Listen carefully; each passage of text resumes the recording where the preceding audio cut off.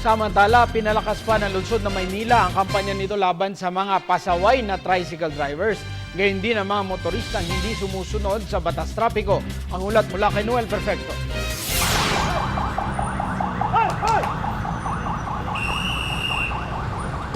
Personal na pinangunahan ni Traffic Czar ng lungsod Vice Mayor Isko Moreno ang pagpapatupad ng mga pagbabaklas ng mga tricycle terminal sa mga panulukan ng lungsod ng Maynila, partikular ang Taft at UN Avenues. Tiniyak rin ito kasama ang Police Traffic Chief na Colonel Josie Sagaysay na hindi nila maklulusot ang anumang mga sasakyan maging ang mga media na makagawa ng mga pag-u-turn at overtake sa mga intersections na pinamumugaran ng mga tao. Ito ay matapos na mahuli at iparesto ang isang bike rider na may dalang plastic can at nakasuot pa ng sombrero ng Police Maynila. Bunso dito na maraming reklamo hinggil sa mga nangungutong ng mga Police Maynila at nangingikil sa mga sidewalk vendors at tricycles sa mga lansangan ng lungsod. Isang motor nag-counterflow.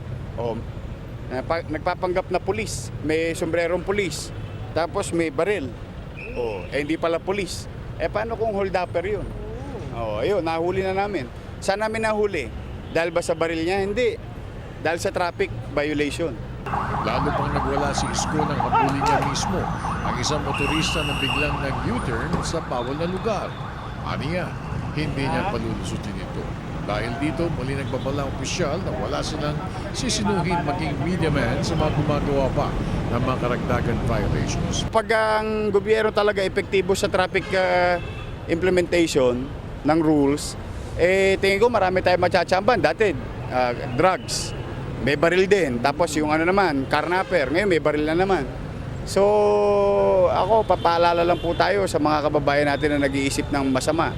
Huwag niyo pong gagawin dito sa lungsod ng Maynila as much as possible. Para sa Telebisyon ng Bayan, ako naman si Noel Perfecto.